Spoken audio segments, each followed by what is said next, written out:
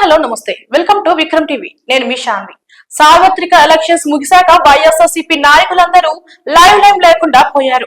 అందున వైఎస్ఆర్సీపీ మాజీ మంత్రులు కూడా మీడియా ముందుకి రాకుండా ముఖం చాటేస్తున్నారు. అయితే గడిచిన కొద్ది రోజులలో మీడియాలో వైఎస్ఆర్సీపీ నాయకుల గురించి రకరకాల కథనాలు వెలువడ్డాయి. అందులో ఒకరు రోజా సెల్వమణి. ఫైర్ బ్రాండ్ గా చెప్పుకునే రోజా కూడా ఓటమి తర్వాత సైలెంట్ అయిపోయారు.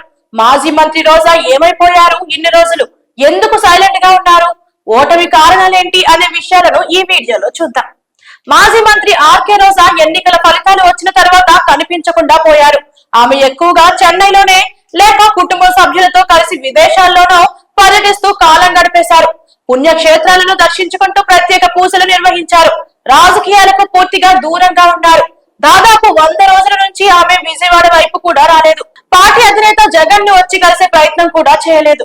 దీంతో ఆర్కే రోజాపై అనేక రకమైన ప్రచారం జరిగింది.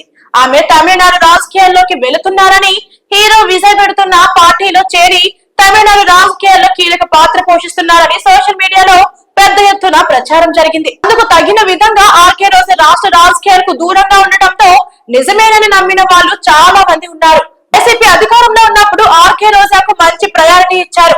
మంత్రి పదవి ఇవ్వక ముందు నామినేటెడ్ పదవి ఇచ్చారు. అదే సమయంలో మంత్రివర్గ విస్తరణలో ఆమెకు చోటు కల్పించి చిత్తూరు జిల్లా నుంచి ప్రత్యేక ప్రాధాన్యత ఆర్కే రోజాకు ఉందని జగన్ పార్టీ నేతలకు చెప్పకనే చెప్పారు. చిత్తూరు జిల్లాలో చాలా మంది ఆర్కే రోజాకు వ్యతిరేకమైన జగన్ వారెవ్వరిని లెక్క చేయకుండా మంత్రి పదవి ఇవ్వడంతో ఆమె మరింత రెచ్చిపోయారు. తన సొంత నియోజకవర్గంలోని నగరిలోనూ వైసీపీ నేతలను దూరం చేసుకున్నారు. చివరకు ఎన్నికల సమయంలో అనేక నియోజకవర్గాల్లో అభ్యర్థులను జగన్ మార్చారు.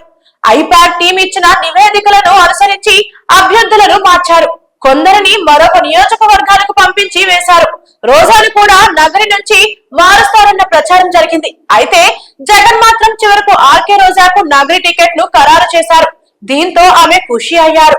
ఆఖరకు రోజాకు వ్యతిరేకంగా ఉన్న పార్టీ నేతలతో జగన్ స్వయంగా మాట్లాడి రోజా గెలుపునకు సహకరించాలని కోరారు. కానీ రాష్ట్రంలో కూటమి గాలి అనే బలమైన గాలులు వీయడంతో ఆర్కే రోజా కూడా దారుణంగా గాలి భానుభాస్కర్ చేతుల్లో ఓటమి పాలయ్యారు. అయితే ఆర్కే రోజా ఇప్పటి వరకు జరిగిన ప్రచారానికి తెరదింపారు. తిరిగి రాష్ట్ర రాజకీయాల్లో యాక్టివ్ అయ్యారు. రాష్ట్ర ప్రభుత్వ పనితీరుపై విమర్శలు చేస్తున్నారు.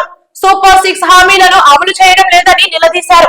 విజయవాడ వర్గాల్లో ప్రభుత్వం అట్టర్ ఫెయిల్యూర్ అంటూ మండిపడ్డారు. ముఖ్యమంత్రితో పాటు మంత్రులు కూడా షో చేయడం తప్ప బాధితులను ఆదుకునేందుకు ప్రయత్నం చేయడం లేదని అన్నారు. ముందుగా ప్రజలను అప్రమత్తం చేయడంలో విఫలమయ్యారని తెలిపారు. మొత్తం మీద ఆర్కే రోజా రాజకీయంగా యాక్టివ్ కావడం పట్ల క్యాడర్ లో సంతోషం కనబడుతుంది.